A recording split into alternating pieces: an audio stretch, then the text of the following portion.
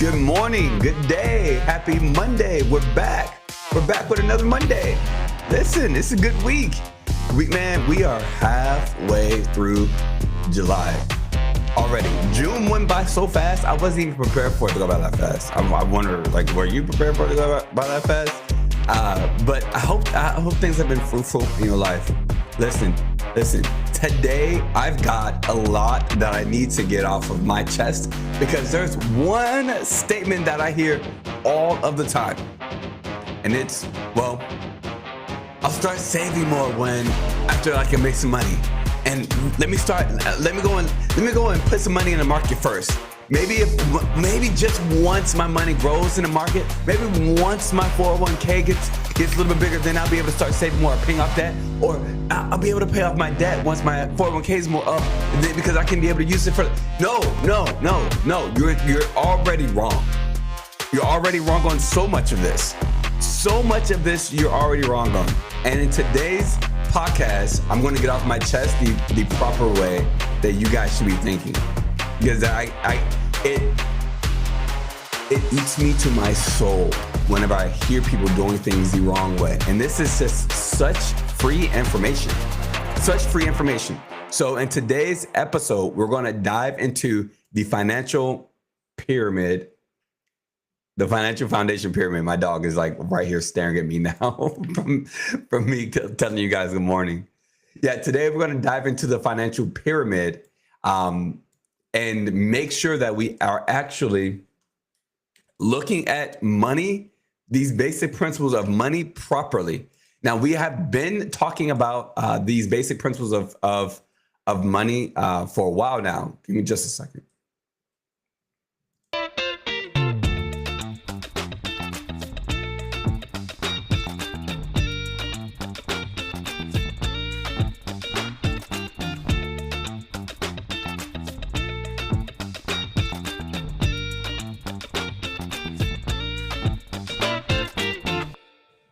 All right, so as I was saying, we've been talking about the basic principles of money and just mastering financial literacy overall the last few episodes. And so if you've missed some of the basic things we've already talked about, like the difference between, positive versus negative debt, interest, we talked about the rule of 72 and how money grows. We talked about different ways for your money to grow. Today, we're going to dive into some basic money management rules. And then also, we're going to dive into the financial foundation pyramid, the financial foundation pyramid. And that financial foundation pyramid is, as I was saying before, somehow missed. There's a book that I actually want to show you or pull up once I get to the financial foundation portion of today. But just to recap for those of you who are not here, who did not get the chance to watch the previous videos, and listen to the previous podcast, I would highly recommend you guys go back and not just listen to these podcasts, but also watch these podcasts, because visually it's an entirely different experience.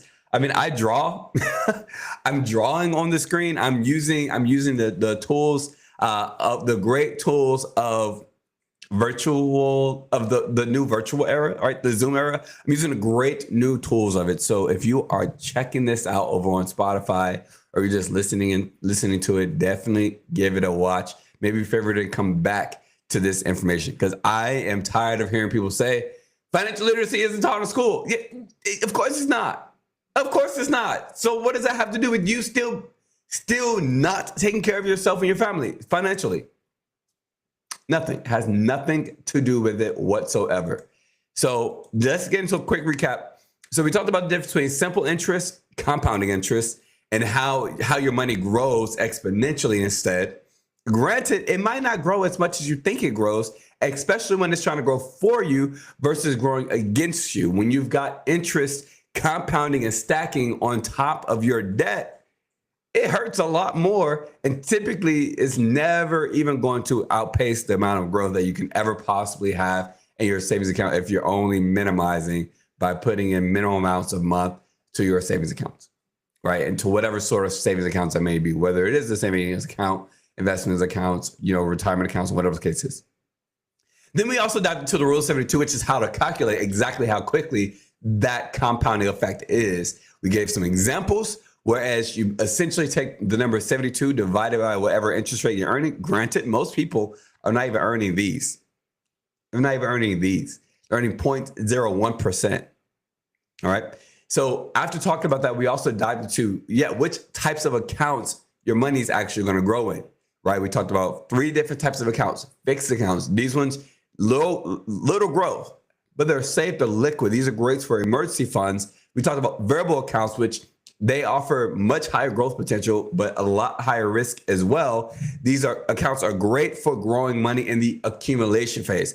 And the accumulation phase of your lifetime, which if you don't know what the accumulation phase is, again, go back and watch last week's video or the last podcast. We dived all the way deep into the graphs and charts of the accumulation phase.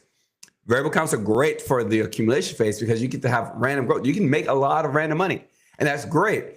But the downside to it is the fact that you can lose a lot as well. And then also the other downside is that most people don't prepare or plan for the distribution phase of life with their variable accounts. And that's not where you want to be able to, that's not where you want to have solely your entire retirement accounts. That's where you for sure want to have had indexing strategies as well, specifically built for the distribution phase in life. Now, that doesn't mean that you cannot have indexing accounts while you are in the accumulation phase. You definitely can, and you should, because you might give yourself a good bucket to take your variable growth funds and put them into your index accounts as well. Right now, these index accounts are great because they're going to be like a really good blend between safety and then also really good growth, where these accounts, they don't lose any money to the market because they're not directly in the market. So they just get the chance to grow with those market-like returns. You're never going to have like a crazy year, a crazy few years. Like that's not going to happen, but it is going to give you good predictability with some guarantees locked into where you can't lose any money. So having the 3 of those combined are going to be your ultimate best possibility to be able to have a proper plan, especially if you understand how the money is going to grow. But most people don't even understand their account structure. They don't even understand their account interest whenever they're setting up these types of accounts. The worst part about all of this is that people normally have all their money on one of these accounts, either fixed or variable. Now, I never come across anybody who has all their money only in index accounts, and there's not as much of a bad thing with having all your money in index accounts, especially if you're in retirement. There's no reason not to. But the downside is that most people don't diversify across the 3 of these in the accumulation phase, which is leaving them with a lot of downsides, a lot of holes, particularly because most retirement plans are built into variable accounts. So because of that, definitely spread them out. And if you have any kind of questions about that, then we can dive into that. Now, today we're not actually going to dive into taxes just yet, because I got a comment recently about some money management and how I can be teaching people all these things about all these types of accounts. But if people suck at basically planning and organizing their money, then there's no point. And that is very true. That's honestly very true. You can have all the proper diversification that you want. You have all the proper diversification that you want. Does it mean anything? Nope. Doesn't mean a single thing. Doesn't mean a single thing. And so this is why there's 3 types of money management skills that we're going to dive into briefly today. But money management skills, if you want to properly handle your money all the time, make sure that you have the most amount of money, the most amount of discretionary income that you can. You need to develop these 3 money management skills. It's not an option. I say all the time, we have more money than we think we do. It's just that you suck at money management. That's honestly what it is. That's honestly what it is. And because you suck at money management, you're never going to be able to properly build wealth. Money management is kind of like a first phase of life kind of thing when it comes to finance. It's like the first boss. Once you finally handle that first boss of money management, then you can finally move on to actually wealth accumulation, right? And this is why we're going to talk about the financial foundation today, because all the rest of the stuff that I'll talk about, like starting a business or getting 1099 income for taxes, or, diversifying across fixed variable versus index accounts, and like all of this stuff that I talk about, it doesn't matter if you cannot properly plan your money. Doesn't matter. Now, I've broken this down before. Briefly, I've broken down a few different pieces of this before in different ways, but we're going to get to it all today. So, what is money planning actually? What is actually money planning? Because like in our brains, we would think, creating budgets, setting financial goals. Have you ever even heard of a financial goal before? Have you ever even heard of a financial goal before? Like when you think of a goal, what do you think of? Let me pull up my beautiful handy dandy.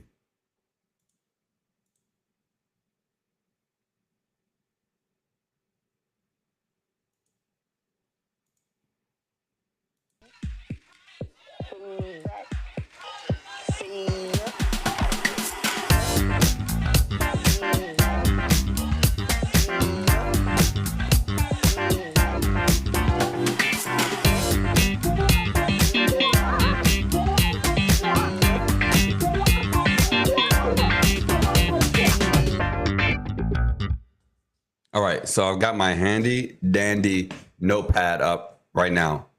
So when we talk about goals, we know like SMART goals, right? We've all heard of SMART goals before. We've all heard of them. We should be using them all the time, right? SMART goals are structured, measurable,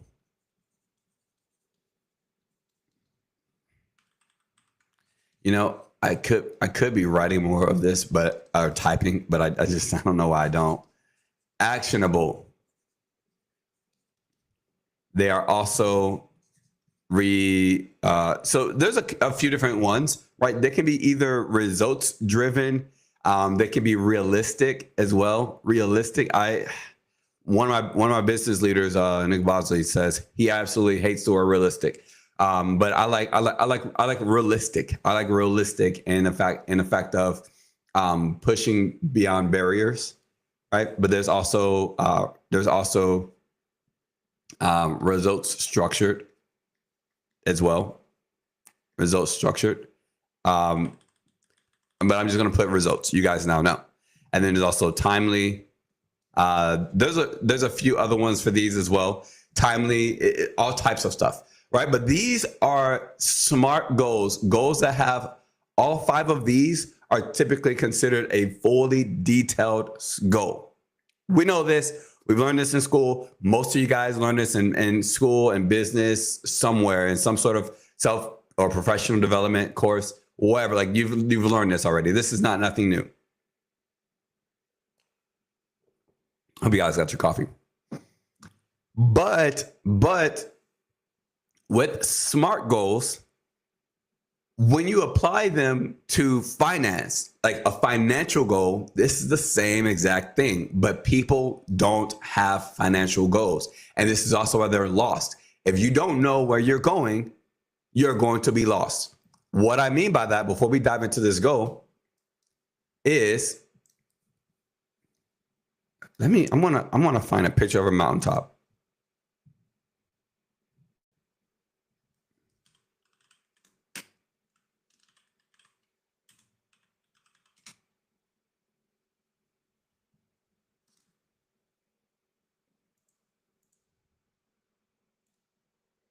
Throw on another tune.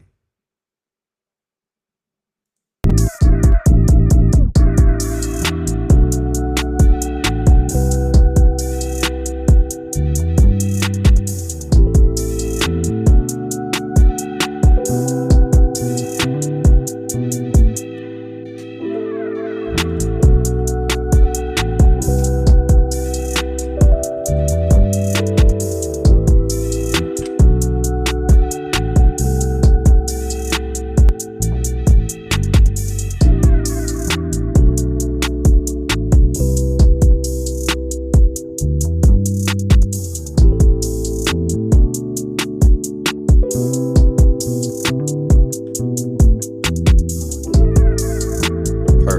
Found one.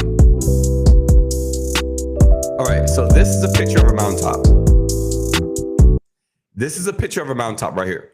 So this gentleman here, he probably knows where he's going, but I want you to imagine this is your 401k. This mountaintop,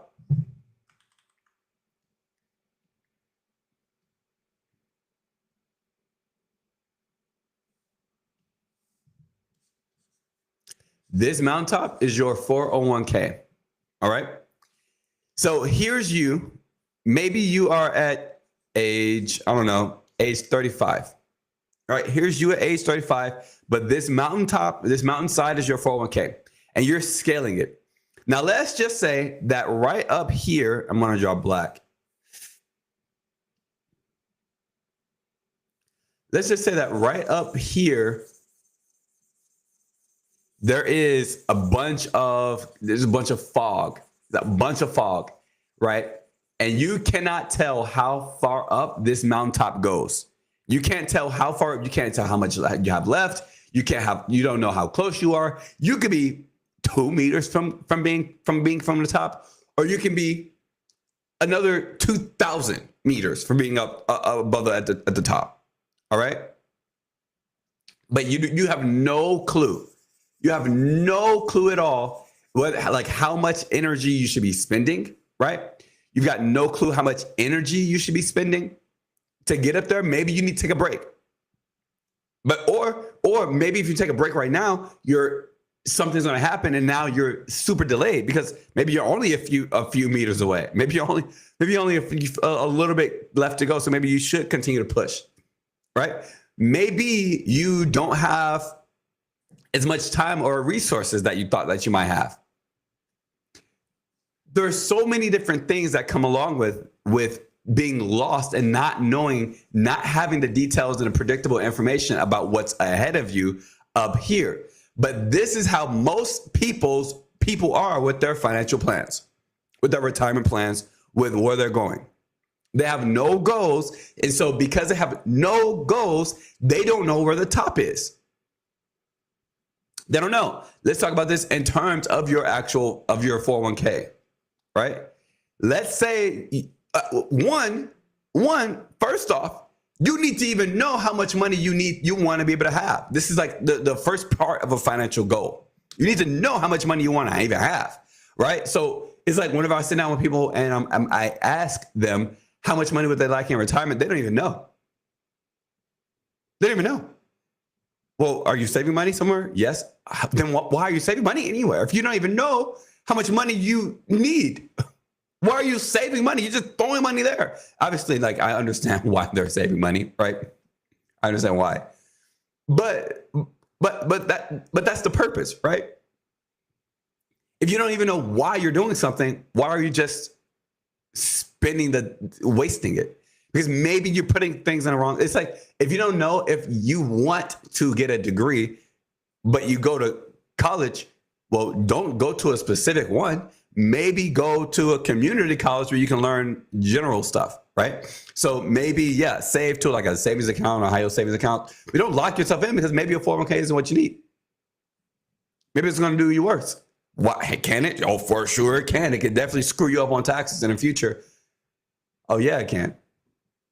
So let's just say that you finally determined that you need maybe 120K a year. You finally determined you need 120K a year. Well, that means now you need to figure out how much money you need for all of retirement. When are you going to retire? If you don't have a goal for when you're going to retire, right? Let's just say you're going to retire at age 65 and you expect to live till you are 95 years old. That is 30 years. When you multiply 120K a year times 30 years, you get $3.6 million. So you need $3.6 million in your account.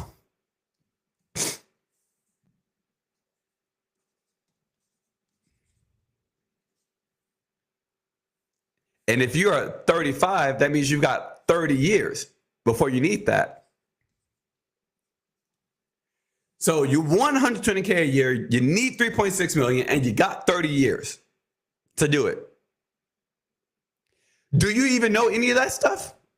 Now, how are you going to start preparing for that? How are you going to start preparing for when you set out to climb the mountaintop of retirement planning, financial planning, how are you going to prepare if you don't even know those three basic things before we even dive all the way into the specific goal?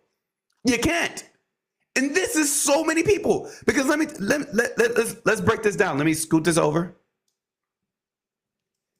So you need 3.6 million total saved up. Now, if you want to only rely on yourself, if you want to only just rely on what you do, divide that by 30 years. How much do we get?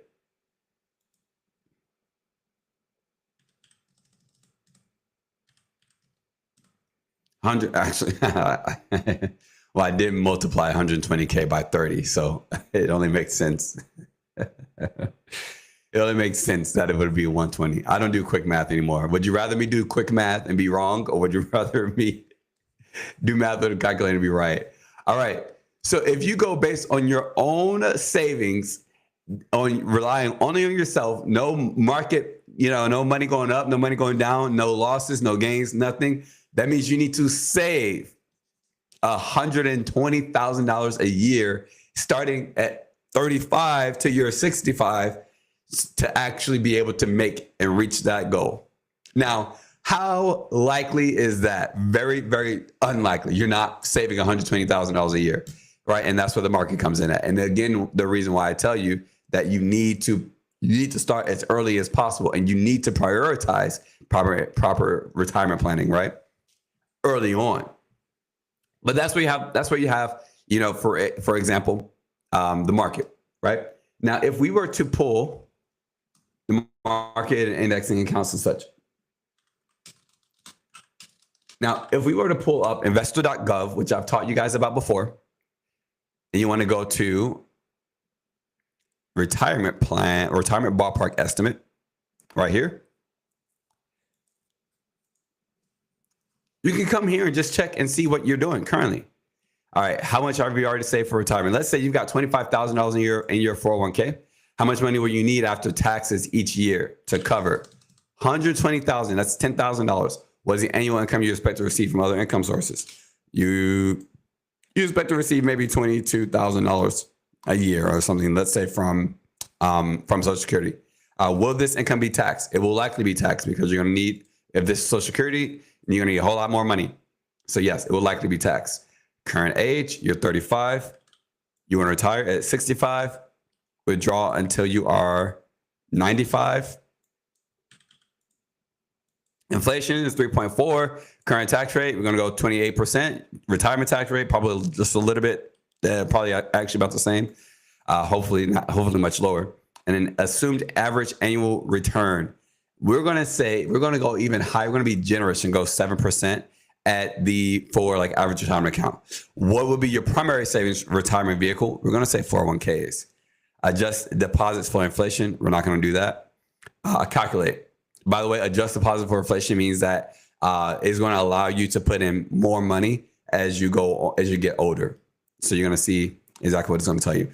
So in order to have the retirement goal you need to invest almost $70,000 annually before taxes until retirement to meet your retirement goal.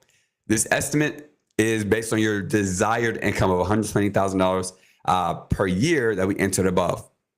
Your total account value when you reach retirement needs to be $7.1 million based on total contributions of $2 million or 1.3 in today's dollars. This calculator assumes the contributions and savings grow at that 7% that we just talked about. So now you tell me, if you never looked at this, but you're putting money into a 401k and you believe that is that's going to be your retirement plan, how are you going to get to saving $70,000 a year?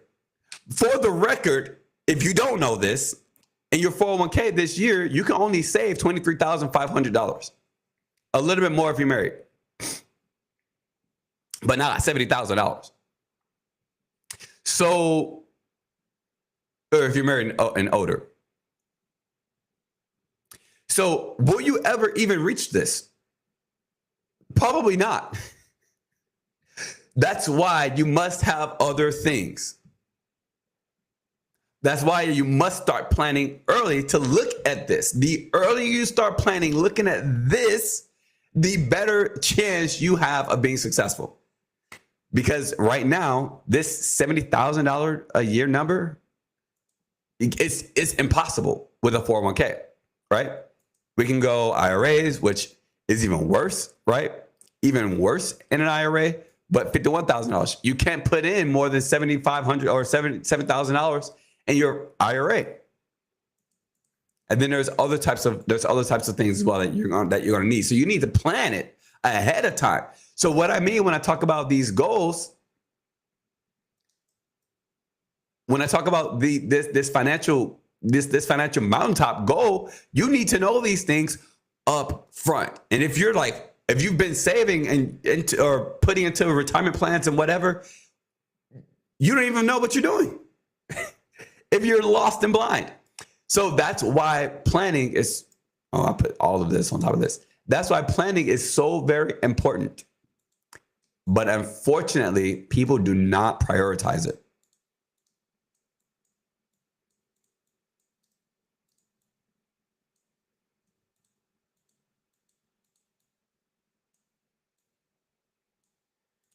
That's why planning is so very important, right?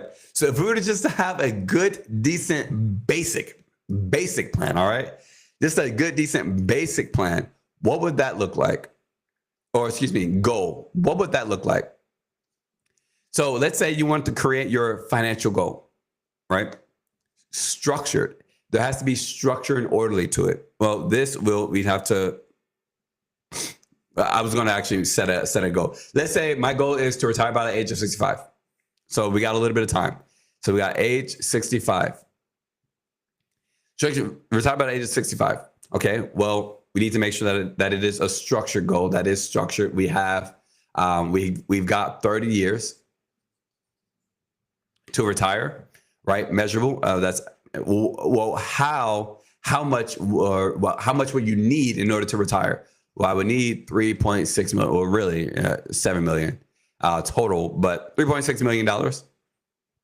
If you're going on your own pen and you just take money that you've got, which means that you need to save. That means that you need to save 70,000 a year. So save 70,000 a year somehow, right? Which is unrealistic. So we'd have to probably change that. Actionable. It is actionable. So that means I need to set up a 401k, max out my 401k at 23,500, get me an IRA, give me a Roth IRA, right? Max out my contributions at 7,000. I need to get me an IUL. I need to, put in as much as I can, maybe progressive growth into that account. And then I need to set up me a fixed index annuity. So that way I have good growth both now, but then also have guaranteed accounts in the future as well. I need to also make sure I have a savings account for my emergency funds. I need to also set up long-term care. So that way, in the case that I need some sort of illness protection or coverage, or I need to, obviously, like, you need life insurance as well, but for while you're alive, right? If you don't have living benefits in your life insurance, you need long-term care. So that way, in case you need something, you don't need to take from your 401k or your IRA, or your IUL or FIA in order to take care of your treatment or your hospitalization or your day-to-day care from a nursing facility or something like that. You have a different account that's going to pay you that money, right? And then obviously you need insurance or living benefits, right? Living benefits, whichever one. You need things like that, right? Actionable. So I'm going to set this up. I want to set this up. Then I'm going to set that up. Then I'm going to set this up. I've also got this already set up. I got this already set up as well. I got that set up and I got that set up. So next is this, and then next is this, and then next is this. These are already set up. All right. So what are the results I need? Well, we got the results if you want to go results based or realistic. So realistically, I can actually save a total of like $2,000 a month or something like that. Realistically, I can actually save $2,000 a month. So I need to properly diversify into those three types of buckets: fixed, variable, and indexed. And I need multiple types of accounts in them. But I also need to know the exact plan, right? Whatever the case is, timely, how quickly. So I can set up 401k with work in 2 years. That's when I'll be vested. I can set up the IUL within the next 2 months if I can get approved for one, and then I can continue saving for another let's say 12 months into my emergency funds, and I'll be full in my emergency funds. And then but then we've got a much stronger goal financially. I need to retire in 30 years, and in 30 years, I need to have $3.6 million totally saved. I need to make sure that I start saving about $2,000 a month into different types of accounts. I still need to set up my 401k, which I can do in 2 years once I'm vested. I've got a plan for that. I can look at how much that's going to be for taxes in the future. I've got a Roth IRA and an IUL and fixed index annuity. All three of those are going to be my Roth, so that way I don't have too much money for taxes. I'll talk to a financial planner. I'll talk to Charming and his agency to understand the requirement of distributions and the tax liability that I'll have. Also, I'll make sure that I've already got all the right protection set up. I've got all these things. So the last thing that I need to lock in everything is, this is a financial goal. This is a financial goal. This doesn't only have to be about retirement. It could be a financial goal for over the next 10 years. It could be a financial goal of paying off debt. Whatever goal you have should follow this same exact metric. Should follow the same exact metric. It's that simple. That's money planning, right? We can also talk about creating budgets. That's simple. We're going to talk about creating budgets another day. That's simple, but everybody knows it's budget. But setting financial goals, people don't understand money planning. You cannot plan your money if you don't have that. Once again, I've talked about it before. Coming on back to money planning again. I talked about it before, but if your monthly income is, let's say it is $11,000. $11,000 is your monthly income, and your total expenses is $6,000. What your discretionary is $5,000. When you multiply that by 12 months, you get $60,000 discretionary income. All right. When you multiply that by the next 30 years, you're going to end up having $1.8 million of discretionary income if you continue to work at that same amount, at that same rate, and your expenses don't change. That's $1.8 million. What are you going to do with that $1.8 million? What are you going to do with that total $1.8 million over the next 30 years? If you don't know, you're not properly planning. You're not even properly budgeting. You're not. This you need to understand as well. Outside of creating the goals like that, you also need to know what's going to be happening with your money totally and where you want to go with it. This is what you can start using and build your financial goals on. You can start just using this. If you want to, you take this, you go over here to investor.gov or MoneyChamp. MoneyChamp's probably actually easier. MoneyChamp or investor.gov, doesn't matter. MoneyChamp's more simpler. Current principal, well, we're going to say $0. You have nothing to say right now. But annual addition, you know that you're going to have an additional $60,000 a year, right? You're going to have an additional $60,000 a year of discretionary income over the next 30 years, growing at, let's say you can find an account growing at 4.5%, like maybe a high yield savings account. You have $3.8 million right there. You have $3.8 million versus 1.8. And that's just to a high yield savings account. Let alone if you get into some properly diversified accounts. But will you see it this way? Probably not. You will probably not see your money and the way that you need to plan your money this way.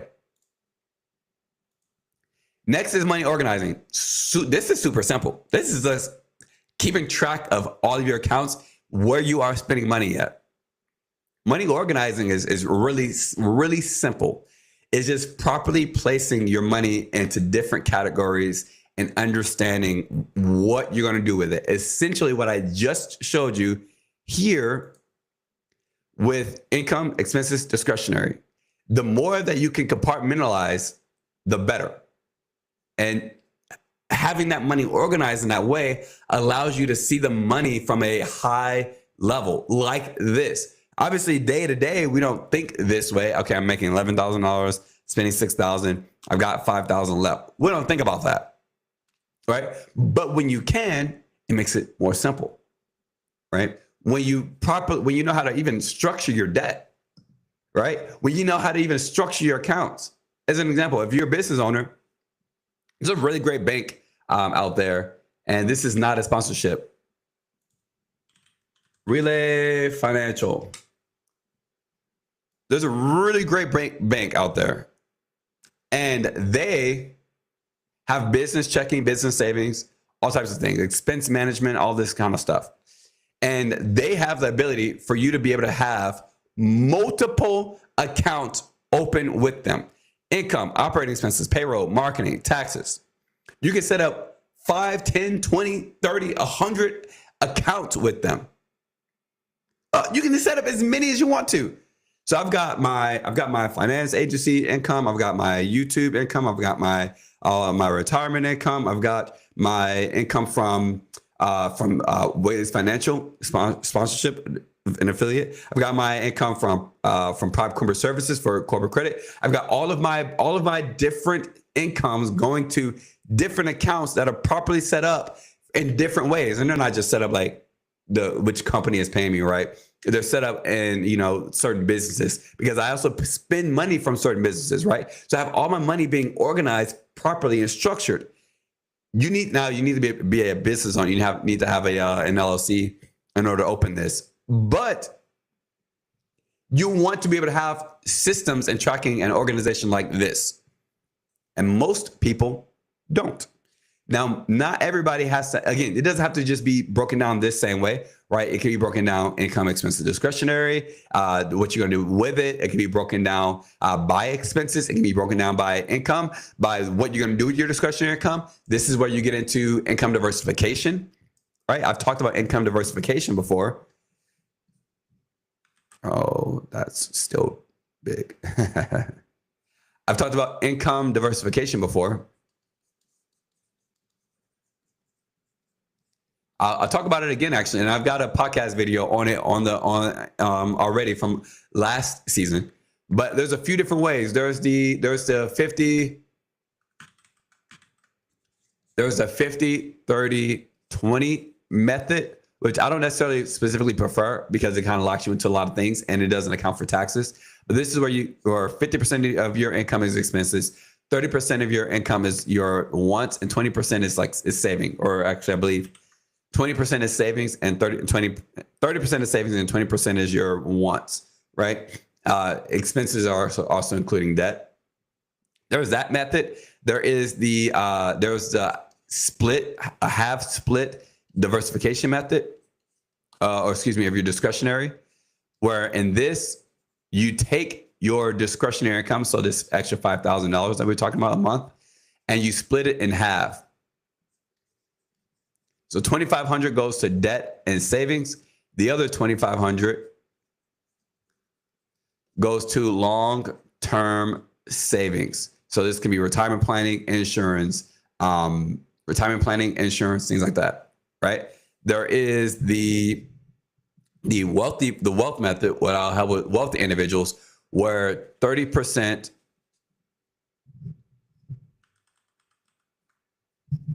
Let me give myself a little bit more space right here. So 35% goes towards debt and savings. So this is going to be debt and emergency funds. You got 25% going to investments and charity. 10% to taxes. and the remaining 30% to your living expenses, right? So these are different ways to diversify your income, which is once again money organizing. And again, I've got a breakdown of these 3 types already on the podcast, so you can definitely go check them out as well. And then finally, we've got money tracking. And this is where you need to track your habits. This is where you're tracking patterns. Patterns and habits are tracked by checking things off. So that means actually setting a goal and checking it, right? There's all tons of checklist tools out there, habit trackers and all things like that. Grab a habit tracker and put on there maybe once a month, maybe have a monthly goal in there that is saved $250, right? So every month you check off when you saved $250. You need to be able to see what you've done. You need to be able to see the habits that you have, right? So that way you understand just how good you are at money tracking, at all of these, right? You need to be looking at graphs. You need to be looking at charts of your accounts and all types of things. These are these ones, money organizing and tracking, very simple. Planning is probably the worst offender because that's really where it all starts. And that's where nobody really, that's what's hardest for most people. People can figure out how to organize. They're pretty good at organizing. They're pretty good at tracking. Most people are not good at planning. All right. So let's dive into the financial foundation pyramid. Give you a second to chew on this image. I'll give you a second to chew on this image.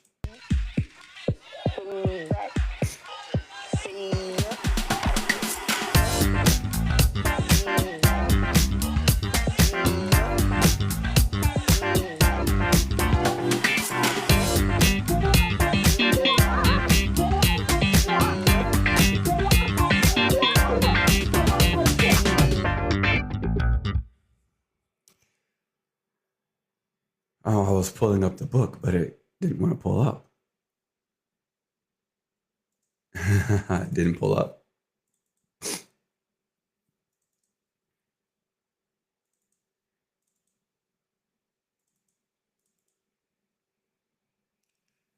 So this book, Saving Your Future. Saving Your Future is a really great book. I've got a PDF version of it right here. Bam. And this is why I took this from. Saving Your Future. This is by Jean Wynne. I don't really know how to pronounce his name correctly, so excuse me if I pronounced it wrong. But this book dives into literally, everything about finances. Everything about finances that you could be potentially interested in. I would highly recommend you guys grab this book. It dives into everything, and it teaches you about it all. So make sure you're learning from a source that is like this. Read the book yourself so that way you have your own understanding of everything that I ever talk about when it comes to money planning, finances, anything like that. But I love this image that he's got in this book of the financial foundation pyramid, right? Like building a house, you should start with a solid financial foundation and build from the ground up. Unfortunately, so many people don't do this. First, you should have proper protection in the event of disability, health problems, or premature death. This is also very important, but I'm going to dive a little bit more into this. You should reduce your liability and get out of debt. You should set aside 3 to 6 months of your income to deal with sudden changes in your job or business, or to pay for unforeseen accidents or repairs. We talked about that on last episode. And you should save and invest for the long run. All of these tasks should be done as soon as possible. As soon as possible, he says. As a priority, you should consider protection first. Why? If you try to save a few $100s a month but have no insurance, when you get sick, disabled, or die suddenly, those savings won't last long at all. It won't. It literally will not. It does not matter. I've said it. Actually, I don't know if I said it before. On average, a family, upon getting a death benefit, a family will run through $1 million. The average family will run through $1 million after a death. So if you only got that in savings, that money's gone. And that's, And that's with getting a death benefit. Likewise, if you have an emergency, but your money is tied up in some investment, how will you deal with the sudden unexpected expenses? You might have to go into more debt. Strong financial foundation will build a sturdier, more enduring financial house. Otherwise, it won't stand when the storms, tornadoes, and earthquakes strike. Thus, the four financial foundation layers will build a solid ground for your financial future. This is so very important. And unfortunately, so many people are not taking care of this properly. So let me break it down for you. Protection. Well, what is considered the protection piece? When it comes to protection, yes, life insurance is a necessity. You need to have life insurance set up first. You need to have life insurance set up first. Why? What does this protect? This protects against life and death, right? Life and death happening. That's what it protects against. That's basic. You need life insurance. And you also need to have your total insurable need. Insurable need.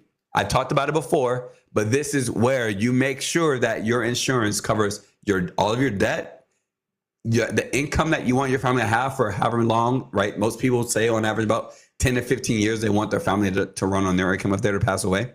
The mortgage, because if you pass away, your debt and your mortgage are going to go to your family or someone, right? Somebody's going to have to pay for it. So instead, you leave money for the mortgage as well in there. You can also instead maybe you've already paid off your house, or maybe you don't have a home, right? Having enough money in your insurance or your death benefit to buy a house would also be life-changing for your family. And then also you want to be able to have enough money for your children, because if you pass away while they're children, the likelihood that they're going to grow up and go to college or get a really great job, a great career significantly drops. So setting them up with money for school, money for business, money for buying a house or whatever the case will be another really great thing. And then also final funeral expenses, as well as probate expenses, final medical expenses, and then also expenses to be able to take off of work, or like income to be able to take off of work. Obviously, if someone in your family passes away, you don't want work dictating how long you can take off or your limited PTO, because you probably were taking PTO in order to be with your loved one while they were still living. So you probably don't have any more PTO. And then you pass away. So if you put enough money in there as well to take your own 2, 3 weeks, 4 weeks, however long, then great. Another thing you want is living benefits. It's supposed to be a B. Living benefits in your insurance, or long-term care, or long-term care. It's okay to have both. This will protect against illness and injury. You can also kind of include health insurance, but health insurance is mostly going to be a lot of like the prescriptions, like sicknesses, that kind of thing, like basic stuff. Illness, I'm talking about like cancer, diabetes, things like that, stroke, all that kind of stuff. Then you're going to also want to be able to have a high yield savings account or some sort of interest bearing account that is above inflation. Why? Because it's going to protect against inflation. Protection. It needs to also protect against inflation. You also need to protect against interest as well. So you want to have higher interest accounts as well. You can kind of consider high yield savings accounts investment, but or emergency funds, but I don't necessarily. You need high yield savings account to protect from inflation, because you need to protect from inflation. That is huge. Another thing you need to protect from is taxes. How do you do that? By using tax advantaged strategies. Tax advantaged strategies. Advantaged strategies. I didn't spell it right. But also those are Roth accounts or like IULs, things like that. Those will protect. So you need protection. Protection. That's the very base. But again, when it comes to protection, this is mostly talking about yourself, right? But I like to add in the other pieces, because the other things, these need to be protected as well, protected against as well. Otherwise, these will eat away at your wealth. It'll eat away at your financial foundation.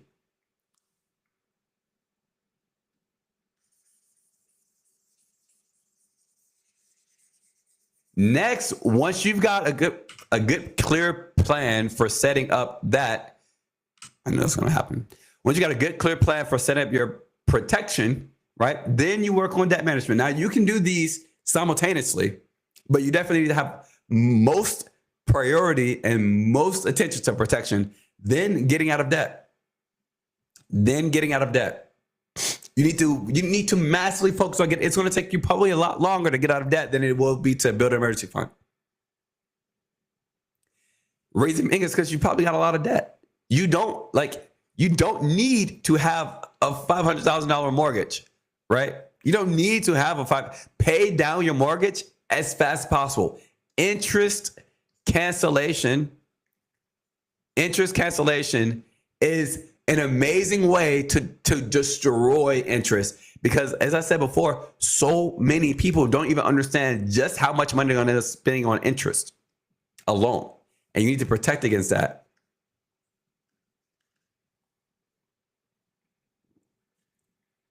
But some people are just okay with just paying their monthly mortgage. Some people are okay with just paying the minimum for their credit cards. You need to do everything you can to actually focus on the debt. Now, this is where, let's just say it comes down to let's say you've only got $200 a month, discretionary. Let's say that your protections are going to cost you maybe $150 a month. But debt management, maybe the plan that you want to go with would cost you $100 a month. This is where you prioritize protection. Because if you prioritize debt management, well, you gotta cut $50 off a month, from your protection, which means you're going to have either less insurances or less whatever, right? And that you don't want, because you need it to fill your total insured need. So this is where you prioritize protection. Same thing goes once we move up the bar to emergency funds.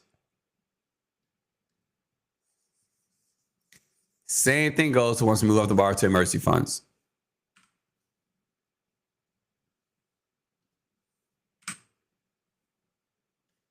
This is going to help you protect from inflation. As I said before, you want to protect from inflation. This is also going to help you protect from needing, and even though, yes, sicknesses, illnesses, things like that, this is going to protect you from needing to take from debt, from going into debt, or going into your investment accounts. Emergency funds are going to protect you from going into debt or going into your investment accounts. So yes, once again, let's say you've got $250, and now it's between $250 a month, right? And now it's between $150 a month of protection, $100 a month of debt, and $100 a month savings of emergency fund. Well, you're going to prioritize the protection and then the debt management, and maybe $350. Let's say $150 there, right? Maybe you cannot save $100 just yet a month, but instead you save $50 a month, because you must prioritize these other ones first. And then you get there, and now investments. All right.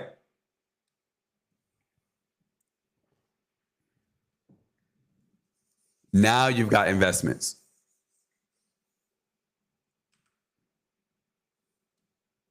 Yep. Now, once you've got protection, you got a plan for debt, you understand exactly how long it's going to take you to build up your emergency funds. Then you go ahead and start making your plans for investments. Your investments are going to, one, protect you also from interest. Protect you from interest on debt, right? Because if your interest is outpacing it, then it might help. It's going to help you protect you from inflation. It can help you protect from taxes as well if you properly invest into tax advantage accounts, right? So the investment accounts, obviously you've got variable accounts and you've got index accounts. Both of these will offer you the ability to be able to have those proper sorts of investments, right? And so once again, same exact thing. If you've got only a limited amount of money, you need to prioritize protection first, then debt, then emergency fund, and what you've got left, invest. This is how you need to properly think. But so many people, the way their brain thinks, because I don't know who taught us this. I don't know who taught people this. They start up here. And for some reason, they think that if they invest and make more money, then it'll just fall down the rest of the way. Or they completely cancel out the need for any one of these pieces. But how can your foundation be built on your investments? They can't. As an example, if you put all of your money into your 401k work and you've got a Roth IRA, that's where all of your money is going. No money's going to debt or to emergency funds. You're not prioritizing paying down your debt faster and your interest faster, and you have no life insurance, no health insurance, no living benefits, no long-term care, no, none of those things. If you have none of those things, exactly like the book says, well, what happens when? If this was flipped upside down and there was a gust of wind, guess what's happening? I mean, like, let's just say that you're funding your emergency fund from maybe you do some like options trading or some crypto trading or something like that, right? And from your investments, you put $100 a month into your emergency funds. Maybe because of your investments, you're like, okay, yeah, I make enough money. I could put $150 a month. I could pay down extra debt because of my investments. But what happens when the market goes down or it stops or you stop making money? This whole thing goes to waste. This whole little strategy gone. There's so many what happens when, right? So many scenarios. And I'm not going to bring up all the scenarios because we don't need to. You just need to learn what the financial pyramid is for your own total protection, debt, emergency funds, and then investments, and how to properly do it. This is how. This is the way. This is what will get you proper structure. This is what will make you feel safe. This is what will make you feel protected. And then learning these money management skills on top of that will also help you to have direction. It will help you to feel organized. It will help you to feel like you actually have money, that you have discretionary income. It will help your future as well. And then understanding the way money grows will allow you to now start building that wealth. And also then understanding how interest works will allow you to better plan. Simple things. But unfortunately, so many people don't understand the basic principles of money. And they allow these things, they allow the fact that they never learned it in school to be the reason why they never do well. That book, you can find that book, Saving Your Future, anywhere. PDF, audiobook, you can download it, you can buy it off Amazon. Saving Your Future by John Nguyen, Xuan, Nguyen, Nguyen. So I say all this to you guys because I need you guys to stop allowing yourself to stop allowing the excuse that nobody taught you.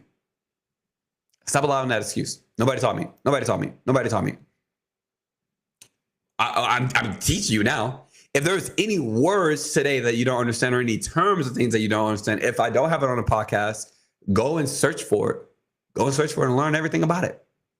You're responsible for your own future, right? Search for it, or you can obviously use any of the links in the description below. To